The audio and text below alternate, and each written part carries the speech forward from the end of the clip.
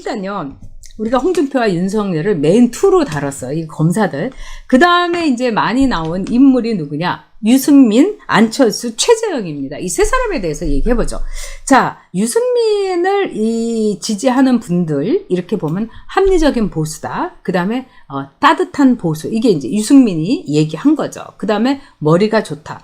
아, 정말 잘 보신 겁니다. 저는 이제 유승민하고도 이제 8년 동안을 이렇게 같이 이렇게 봤는데, 따뜻한 사람은 아니에요. 굉장히 좀 차갑고 이기적이고 이런 게 있습니다.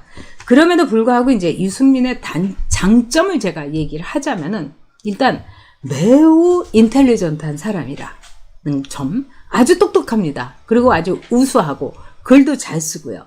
그리고 어떤 문제 제기, 그 다음에 핵심을 짚을 줄 아는 능력이 있습니다. 그 다음에 이제 유승민 선수도 이제 바른 정당부터 시작을 해갖고, 이 탄핵, 원내대표, 이런 과정을 통해가지고, 굉장히 유승민 선수가 제가 이렇게 처음 만났을 때는 극보수라는 생각이 가끔 들을 정도로 진짜 울트라 캡션 보수였어요. 근데 그러다가 어느 날 갑자기 따뜻한 보수, 따뜻한 경제, 이렇게 해갖고 제가 좀 놀래긴 했습니다만, 사람은 또 이렇게 계속 변화하는 거고. 그리고 이제 유승민 선수가 뭐 켄 로치라든가 뭐 이런, 자본주의 시장 경제 속에서 사각지대에 있는 노동자들이라든가 뭐 이런 사람들에 대해서 굉장히 그 영화를 많이 보면서, 이분도 영화 되게 좋아해요. 그러면서 노동 계층에 대해서 눈을 뜬 것 같아요. 저는 뭐 이거는 좋은 일이라고 생각합니다. 그래서 이 유승민 선수의 경우는 굉장히 제가 볼 때는 비전, 목표라든가 또 인사이트, 이거 굉장히 훌륭하다고 생각합니다. 그런데 필로소피, 이 점도 있죠. 그리고 보수의 가치 분명히 갖고 있고요. 그런데 또 국방 쪽의 전문가, 굉장히 그 골격을 잘 갖고 있어요. 근데 유승민 선수한테 좀 제가 안타깝거나 좀 뭐라고 할까요? 좀 부족하다고 보는 건 인간미예요. 이 정치라는 거는, 어저께도 제가 굉장히 좋아하는 아주 브라이트하고 지성적인 분이 있어요. 그분하고 얘기하면 참 즐거워요. 왜냐하면은 제 귀가 즐겁고 제 뇌가 막 회전이 되니까. 근데 그분은 아주 열렬한 유승민 지지자예요. 그러면서 변했다고. 그 사람도 변한다고. 근데 사람은 잘 안 변한다고 제가 또 얘기는 했지만은, 그럼에도 불구하고 제가 이 얘기는 했어요. 나도 유승민이 대표가 되면은 무조건 수용한다. 근데 정말 안타까운 건 뭐냐? 정치라는 건 제가 해봐서 그런데, 정치는 여러분, 자기가 가진 걸 남에게 다 주는 거예요. 그러니까 이기적인 사람은 안 돼요. 그리고 정치는 자기의 인생을 살지 않고 남의 인생을, 즉 이 나라 국민들의 인생, 자기 지역구에 있는 사람들의 인생, 이걸 살아야지 정치인인 거예요. 그래서 제가 정치를 하는 8년 내내 저는 참 불행했어요.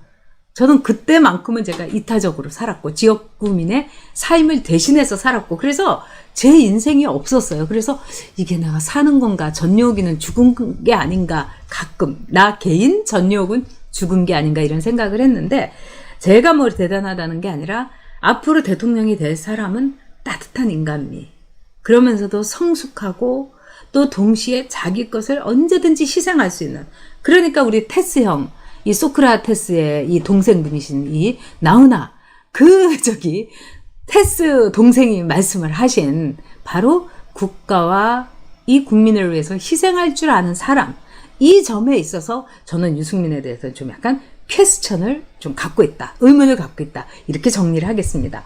그 다음에 안철수, 이 안철수에 대해서는요, 저는 이제 우리가 사실은 안철수를 많이 경험을 했기 때문에 이 안철수의 장점. 근데 제가 참 안타까운 건 안철수의 장점이 지금 너무 퇴색했다는 거예요. 무릎팍 도사에 나왔을 때 안철수는 뭐였습니까? 뭐 벤처, 이걸 일구고, 그 다음에 기부도 많이 하고, 그 다음에 깨끗하고, 그 다음에 아주 비전 있고, 뭐 착하고, 뭐 선한, 아주 신선함 그 자체였죠. 근데 이제 안철수는 더 이상 신선한 사람이 아니었던 거죠. 서울시장 후보를 박원순이에게 양보한 거, 그거 자체도 저는 이해가 안 되고, 왜냐하면 그게 자기네들끼리 거래할 만한 게 아니지 않습니까? 그거는 우리 서울 시민이 선택해야 되는데, 그런 점에서 저는 별로 안철수에 대해서, 그리고 안철수를 제가 이렇게 여러 차례 방송이라든가 이런 데서 보면서 느낀 게 뭐냐면, 확신에 찬 거는 굉장한 안철수예요. 그 당시에 내가 반드시 대통령 된다. 좋았어요. 빙고. 그런데 그 확신이라는 게 어떻게 보면은 지금 대깨문들의 그 확신하고도 일맥상통한 거예요. 그 당시 안철수는요, 사람들이 문재인에 비해서 대통령이 될 확률이 굉장히 낮다고 봤습니다. 그리고 텔레비전에 나왔을 그 당시 제가 인터뷰하고 이랬을 때는 안철수가 이렇게 바닥이고 홍준표하고 오히려 막 왔다 갔다 할 정도였어요. 그럼에도 불구하고 근자감이 너무 대단한 거예요. 즉, 확신은 좋은데 근자감이 너무 대단하다. 그 김혜령 기자가 문재인이 보고 이렇게 경제든 폭망하는데 당신이 무슨 근자감 어디서 나오냐 당신의 근자감은 이렇게 물었잖아요. 바로 그거하고 똑같은 거예요. 근거 없는 자신감을 갖는 사람은요 위험해요. 그리고 근거 없는 자신감 자체가 신기루인 거예요. 그래서 저는 좀 안철수는 좀 아니옵시다 이렇게 생각을 하고요. 그 다음에 그러면 오늘 또 많이 나온 이 최재형 감사원장 이 얘기하면서 좀 마무리를 해야 될 것 같아요. 최재형 감사원장은 제가 보기에는 확장력도 상당히 있습니다. 이분이 감사원장을 하면서 탈원전에 대해서 보여준 태도, 그 다음에 이분이 이 아마 탈원전 감사원에 이 월성 그 보고서가 나오면은 그 원래대로 만약에 나오고 이 정권이 최재형이를 뭐 어느 날 테러를 한다든지 어느 날 무슨 저기 김대업이 사건처럼 무슨 공작을 한다거나 이런 걸 안 하는 한 최재형 원장은 탈원전이 얼마나 비경제적이며 이 국민들의 이익을 손실을 끼칠 것이며 또 문재인이가 영화 한 편 때리고 진짜 판도라의 상자를 열어서 우리나라에 재앙을 가져온 건지를 얘기해 줄 겁니다. 그래서 최재형이라는 인물에 대해서는 상당히 우리가 주목해서 봐야 되겠다. 그리고 이분이 이제 살아온 여정이라든가 이런 게 월간 조선에 이제 실려가지고 우리 정원희맘님께서 꼭 읽어보라고 해서 제가 또 정원희맘님 말은 잘 듣습니다. 그래가지고 제가 읽어보니까 상당히 남을 위해서 힘이 돼주려고 하는 사람. 그 다음에 인간에 대해서 따뜻한 애정을 갖고 있는 사람. 그리고 제가 놀란 것은 아주 겸손한 분이었어요. 그리고 이 분이 그동안의 공직 생활을 하고 이러면서 한 번도 다른 사람들에게 어떻게 보면은 비난이라든가 다른 사람들에게 입에 오를 만한 일을 하지 않은 거예요. 아주 자기 직분에 굉장히 충실한 분이었어요. 제가 이번에 솔직히 그 문재인 정권 보면서 여러분 라임 옵티머스 이 펀드 이거 얘네들이 사모펀드를 통해서 바다 이야기 시즌2를 해먹었는데 너무너무 더럽고 지저분하게 해먹은 겁니다. 그리고 해먹은 것도 너무나 많이 해먹었어요. 자, 강기정이부터 시작을 해갖고 강기정이가 조선일보니 뭐 누구 다 찌른다 하는데 지금 아마 검찰에서 나온 그 조사에 따르면은 확인했다고 나옵니다. 이게 검찰에서 확인했다 뭐 이런 정도까지 나오면은 이 뇌물 사건이라는 건 빼박일 가능성이 커요. 그 다음에 여의도의 오랜 금원 여러분들에게 제가 말씀드렸죠. 돈 안 주고 줬다고 하는 사람 없고 돈 받고서 받았다고 하는 사람 없다. 이게 여의도의 금원이에요. 금원. 그러면 강기정이라는 사람이 자기는 뭐 받은 적 없다. 그 다음에 그 심부름을 했다는 MBC 광주 총국장이라는 사람이 자기가 1,000만 원을 기자회견 비용으로 받았다. 이거는 얘기를 한 거예요. 그렇다면은 여러분 이런 경우는 여러분 대충 판단 서시죠. 그런데 강기정이를 비롯해서 청와대에서 5명, 국회의원 5명, 그 다음에 공무원, 금융관계 이렇게 해갖고 20명의 리스트가 옵티머스에만 있다는 겁니다. 그러면서 옵티머스의 그 사장이라는 놈이 뭐라고 했느냐. 이 명단 한번 이렇게 흔들면은 다 죽어. 이렇게 된 거예요. 라임 옵티머스 신라젠.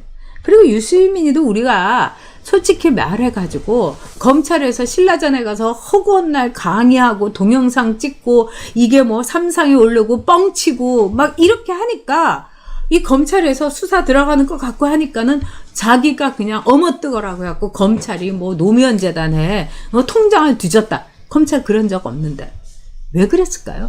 저는 유시민이가 그렇게 방정을 떠는 걸 보고서 아, 얘가 뭘 저질러도 크게 저지르고 많이 해먹었구나. 이런 생각이 들었습니다. 자, 그러면서 우리가 오늘 이 최재형에 대해서는 한번 우리가 일종의 루키로서, 우리 루키루님도 계시지만, 루키로서, 히든 카드로서 우리가 한번 갖고 있을 필요가 있다. 이런 생각이 듭니다. 그래서 일단 여러분들의 뜻을 제가 많이 알았습니다. 홍준표, 윤석열. 자, 홍준표, 윤석열. 그 다음에 최재형. 이 세 가지 카드를 가지고 우리 앞으로 한번 쫙 여론 조성 한번 해봅시다. 왜 그러냐? 지금부터 우리가 자꾸 붐을 일으켜야 됩니다. 누군가가 있다. 대선 후보 저 사람이다. 이렇게 했을 때 사람들이 그쪽으로 눈길을 도는 겁니다. 제가 지금 제일 걱정되는 건 이재명이 하고 이낙연이 하고 피 터지게 싸워갖고 사람들이 그쪽만 막 그냥 불구경하듯이 보면은 이건 안 되는 거죠. 왜? 우리 말하자면 선수들이 피 터지게 싸워야 되는 겁니다. 자, 그런 점에서 여러분, 최재형 감사원장, 네, 박영훈님, 윤석열, 네, 포근이님, 네, 잘못만 하면 무서운 세상, 무슨 뭐 팩트는요, 제 느낌을 다 얘기한 건데요. 맞는 얘기죠. 그거는 뭐, 왜 유시민이가 어떻게 보면은 갑자기 무슨, 그거 팩트예요. 검찰이 뭐 통장 뒤진다. 이러면서 막 얘기하고. 아니, 저는 뭐 그런 얘기 할 필요가 없는 거죠. 아니, 검찰이 내 통장을 뒤진들 무서울 게 뭐가 있어요, 제가. 하나도 그런 게 없는데. 자, 여러분, 우리 너무 겁내지 맙시다. 왜 그러냐? 제가 이제 김삼석이한테 이렇게, 고소까지 당하고, 이러니까 참 여러분들이 너무나 이 세상에 쟤네들이 다 목을 조이고 입을 이렇게 잠그고 꼬매려고 하는데, 장사 한두 번 해봅니까? 여러분, 끝까지 가야 되는 겁니다. 그리고 쟤네들의 말하자면 협박, 겁박, 얼르는 거에 우리 흔들리지 맙시다. 끝까지 갑시다. 네.